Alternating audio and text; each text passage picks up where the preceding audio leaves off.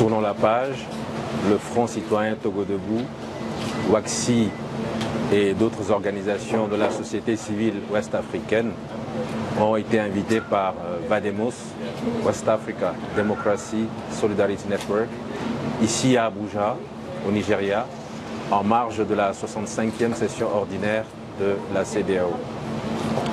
L'objectif était de mettre l'accent sur les développements que nous avons connus récemment dans la région, développement en rapport avec un fort recul démocratique, comme c'est actuellement le cas au Togo, le cas dans d'autres pays où il y a eu des coups d'État militaires.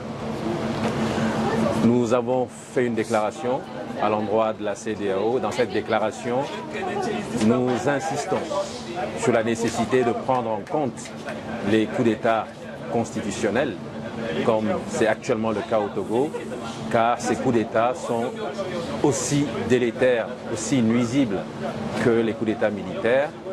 Et il y a un paradoxe à la CEDEAO, c'est que les personnes qui sont coupables ou responsables de coups d'État militaires sont généralement sanctionnées et traitées en paria, alors que les personnes qui commettent des coups d'État constitutionnels, on leur déroule le tapis rouge.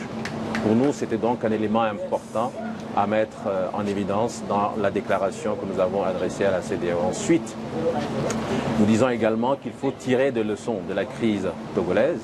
Et la première leçon, c'est que nous lançons un vibrant appel à la CEDEAO pour la réforme de son protocole additionnel.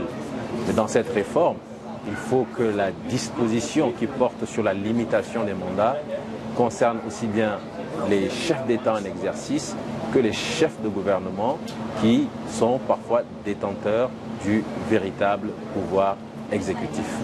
Nous espérons donc qu'à quelques mois de son 50e anniversaire, la CEDEAO comprendra la nécessité et prendra en compte vraiment la nécessité de sa réforme, de la réforme de son protocole additionnel sur la démocratie et la bonne gouvernance afin de renforcer les principes démocratiques qui régissent la vie des citoyens dans les différents pays.